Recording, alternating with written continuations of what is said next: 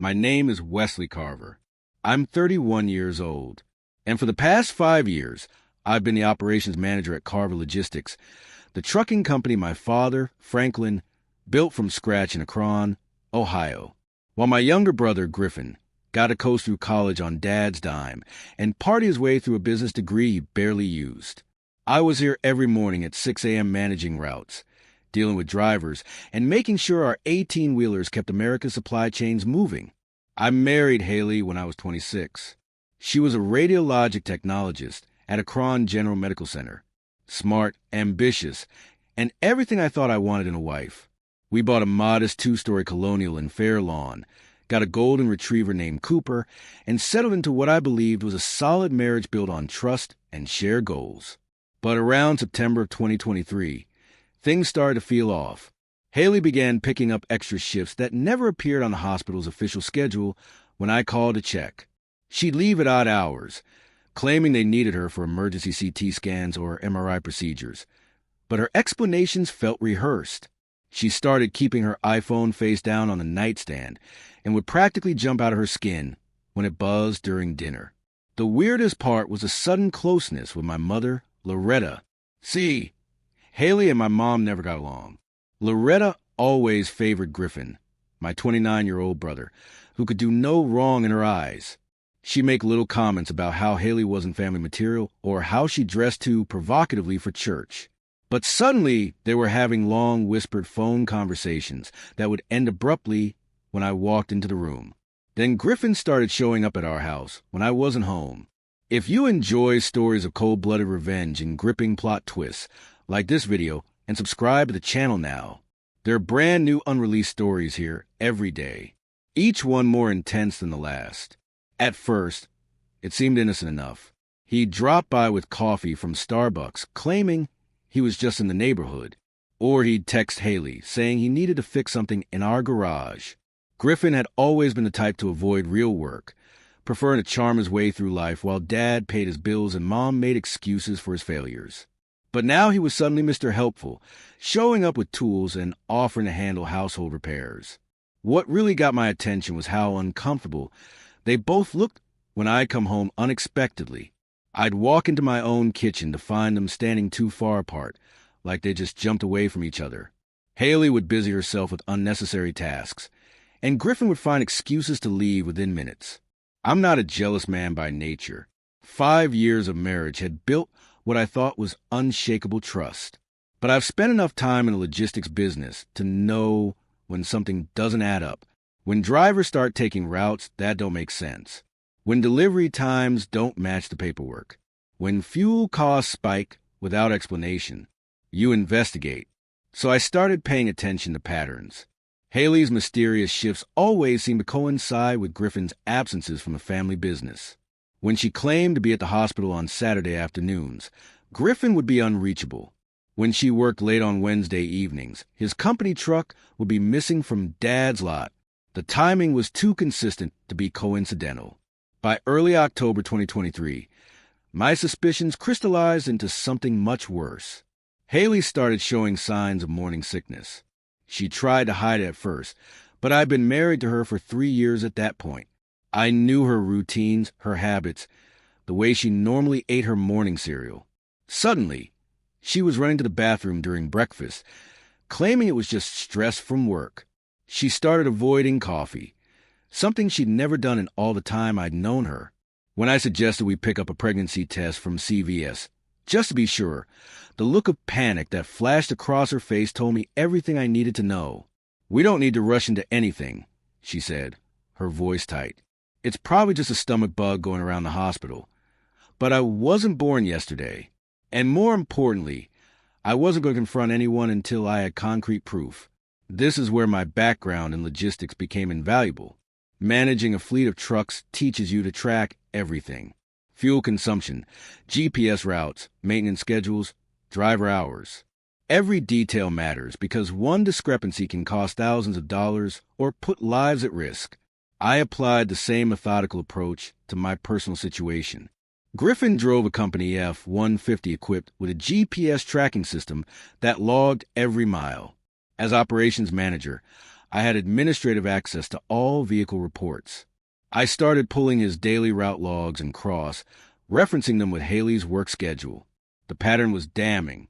On every day Haley claimed to be working an extra shift, Griffin's truck was parked within a 5-mile radius of locations that had nothing to do with our business operations.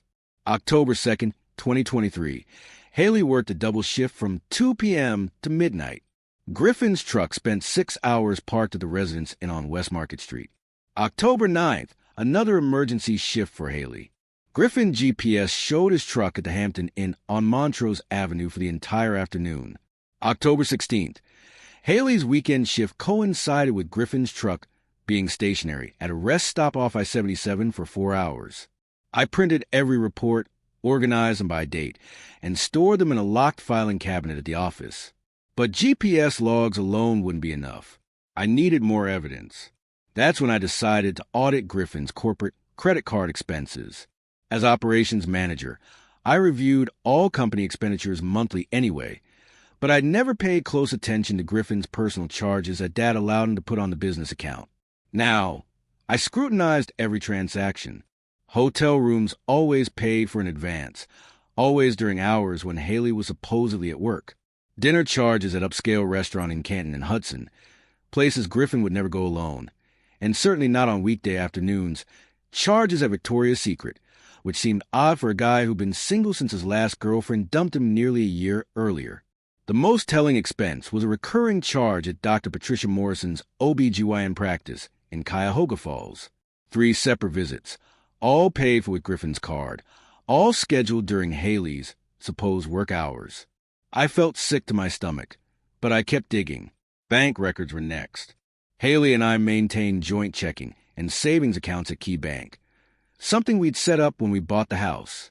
I pulled our statements going back 6 months and found cash withdrawals that didn't match our normal spending patterns. $200 here, $300 there, always on days when she claimed to be picking up extra shifts. When I casually asked her about the withdrawals, she said she was helping her sister with some financial problems. But Haley's sister lived in Portland, Oregon, and we'd video call with her just a week before. She'd gotten promotion at Nike and was doing better than ever. The lies were piling up, but I still needed the smoking gun. It came in the form of our shared email account. Haley and I had set up a joint Gmail account when we got married, something we used for household bills, insurance communications, and family planning. We both had the password, and we'd always been open about checking it. But apparently, Haley had forgotten about this arrangement.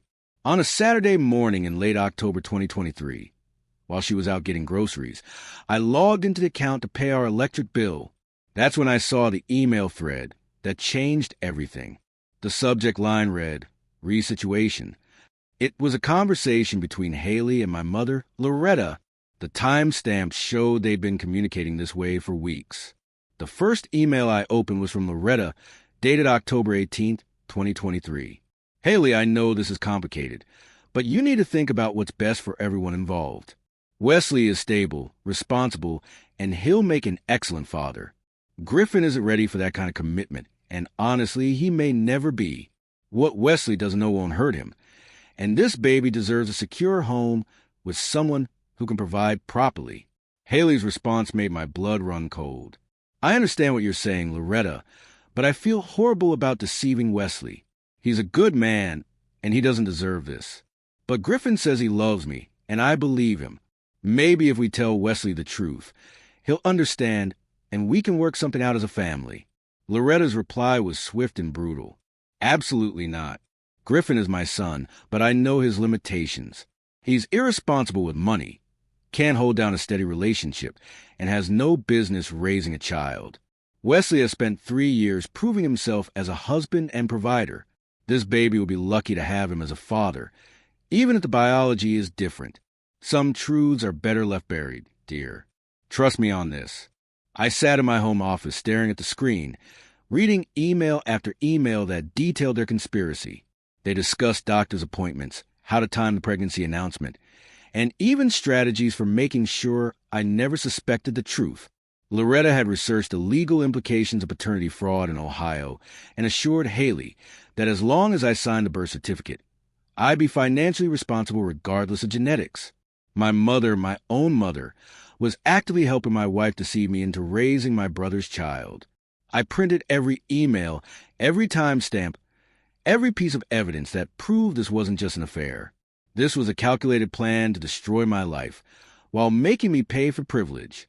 I spent the next hour printing every piece of correspondence, organizing the emails chronologically and referencing them with the GPS logs and financial records I'd already compiled. The evidence painted a complete picture of betrayal that went far beyond a simple affair. This was a family conspiracy designed to manipulate me into unknowingly raising another man's child, my own brother's child, while my mother orchestrated the entire deception. But I didn't confront anyone. Not yet. In the trucking business, timing is everything. You don't deliver a load before the customer is ready to receive it. And you don't react to problems before you have a complete solution. I needed to think strategically about my next moves, because once I played my hand, there would be no going back. First, I consulted with David Martinez, a family law attorney in downtown Akron whom I had met through the Chamber of Commerce. I didn't give him specific details, but I outlined a hypothetical situation involving adultery, potential paternity fraud, and divorce proceedings in Ohio. David explained that Ohio was a no-fault divorce state, but that adultery could still impact property division and spousal support. More importantly, he confirmed that if I had evidence of paternity fraud, I could avoid being held financially responsible for a child that wasn't biologically mine, but only if I acted before signing any birth certificates or establishing a legal presumption of paternity. The key, David told me, is documentation. Ohio courts won't take your word for it. You need irrefutable proof, and you need to act quickly once you have it. I retained his services that same day, paying the consultation fee with cash from my personal account. Next, I began quietly securing my financial assets. I opened a new checking account at Huntington Bank under my name only and started routing my paychecks there instead of our joint account. I removed Haley as a beneficiary on my life insurance policy and 401k. I changed the password on our shared investment account at Edward Jones and moved half the funds to a new account she couldn't access. These weren't vindictive moves. They were practical precautions. If Haley was willing to commit paternity fraud with my mother's help, I couldn't trust her not to clean out our accounts. Once she realized her deception was exposed, while I was methodically preparing my legal and financial defenses, the conspirators were getting sloppy. Griffin started showing up at family dinners every Sunday, something he'd avoided for years. He'd always claimed he was too busy or had other plans. But suddenly he was Mr. Family Man helping Mom set the table and asking detailed questions about Haley's pregnancy symptoms. The way he looked at her during these dinners, protective, possessive, proud, made me want to punch him in the face. But I maintained my composure and kept collecting evidence. During one of these Sunday dinners in mid-November 2023, Haley announced she was 8 weeks pregnant. The timing matched perfectly with the hotel receipts and GPS logs from September. Everyone congratulated us. Dad opened a bottle of champagne, and Mom started talking about converting the spare bedroom into a nursery. "Wesley's going to be such a wonderful father," Loretta said, smiling at me with what I now recognize as pure manipulation. "This baby is so blessed to have such a stable, responsible man to look up to." Griffin nodded enthusiastically. "Yeah, bro, you're going to be great at this." The kid couldn't ask for a better role model. I smiled and thanked them for their kind words, all while mentally adding this conversation to the growing list of evidence that would soon destroy them both. By December 2023, I had everything I needed. GPS logs proving their meetings, financial records showing Griffin paid for hotel rooms and doctor visits, email evidence of conspiracy, and witness testimony I could provide about their suspicious behavior. But I wanted one final piece of proof that would make their guilt absolutely undeniable. I hired a private investigator named Rachel Torres, a former Cleveland police detective who specialized in matrimonial investigations. I gave her copies of the GPS logs and asked her to conduct surveillance during Haley's next supposed work shift. I needed photographic evidence that would hold up in court and eliminate any possibility that they could claim innocence. Rachel's report arrived via secure email on December 15th. 2023, along with time-stamped photographs that left no room for doubt. Haley and Griffin entering a room at the Courtyard Marriott in Canton. The same couple leaving 3 hours later. Griffin's hand on her lower back in a gesture that was unmistakably intimate. A photo of them sharing lunch at Bender's Tavern. Haley's hand resting on top of Griffin's across the table. The final photograph showed them in the parking lot. Griffin's hand on Haley's small but visible baby bump. Both of them smiling like they were discussing their future together. I paid Rachel's invoice that same day and added her report to my growing file of evidence. Now I just needed to decide how and when to detonate this bomb.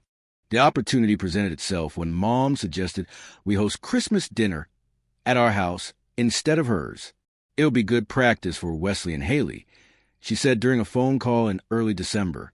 Next year they'll have a little one to think about, so they should get comfortable entertaining the whole family. Haley agreed immediately, excited about the prospect of playing hostess for what she thought would be a celebration of our growing family. Griffin offered to help with the cooking, and Dad said he'd bring his famous bourbon glazed ham. As I listened to them plan this family gathering, I realized I had found the perfect stage for my final act. Christmas dinner 2023 would be a day they'd remember for the rest of their lives, but not for the reasons they expected. I spent the weeks leading up to Christmas making my final preparations. I had David Martinez draft divorce papers citing irreconcilable differences and adultery.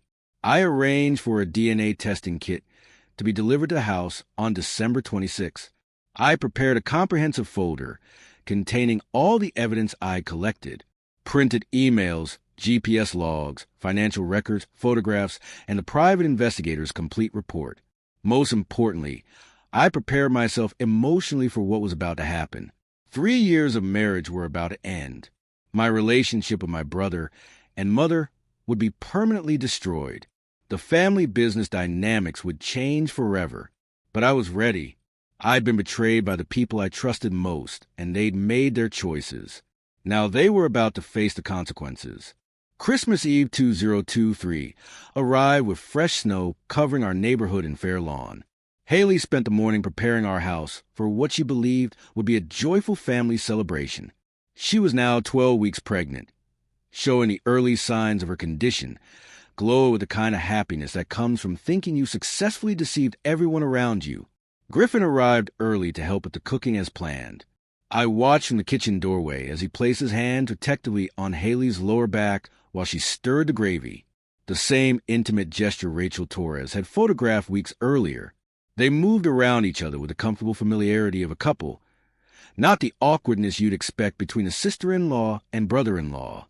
The turkey smells incredible, Haley, Griffin said, his voice soft with affection. You're going to be such an amazing mom. Thank you, she replied, beaming up at him. I can't wait to meet her. She caught herself mid-sentence, glancing nervously toward where I was standing. I can't wait to meet the baby. I smiled and walked into the kitchen. Need any help in here? No, we've got everything under control. Haley said quickly, why don't you go relax? Dad and your mom should be here soon. Dad and Loretta arrived at 4 p.m. sharp. Dad carrying his bourbon glazed ham and a bottle of Macaker Mark. Mom bringing her famous green bean casserole and enough fake enthusiasm to power the Christmas lights on our tree. Wesley, darling, Mom said, kissing my cheek. Everything looks wonderful. And Haley, you look absolutely radiant. Pregnancy agrees with you. We gathered around our dining room table at 5:30, the scene looking like something from a Norman Rockwell painting. The chandelier cast warm light over our best china. The turkey was perfectly golden, and everyone was smiling. To an outside observer, we looked like the ideal American family, celebrating the holidays together. I waited until everyone had filled their plates and started eating. Then I stood up and raised my glass of wine. I'd like to propose a toast, I said, my voice steady and calm. To family, to honesty, and to the truth that always finds a way to surface. Everyone raised their glasses, though I noticed Haley's hand trembled slightly. Actually, I continued setting down my wine. Before we drink to truth, I think we should acknowledge some truths that have been hidden at this table. The room went completely silent. Griffin stopped chewing mid. Mom's fork froze halfway to her mouth. Dad looked confused, but Haley's face had gone pale. I walked to the sideboard where I'd placed a manila envelope earlier that afternoon, hidden behind our Christmas cards. "Haley," I said, returning to my seat and sliding the envelope across the table to her. "These are divorce papers. They cite adultery and irreconcilable differences. Your signature is required by January 15th. She stared at the envelope like it might explode. "Wesley, what are you talking about? I don't understand." "Let me help you understand," I interrupted, pulling out my phone. "Griffin, can you explain why your company truck was parked at the residence and on West Market Street for 6 hours on October 2nd? The same day.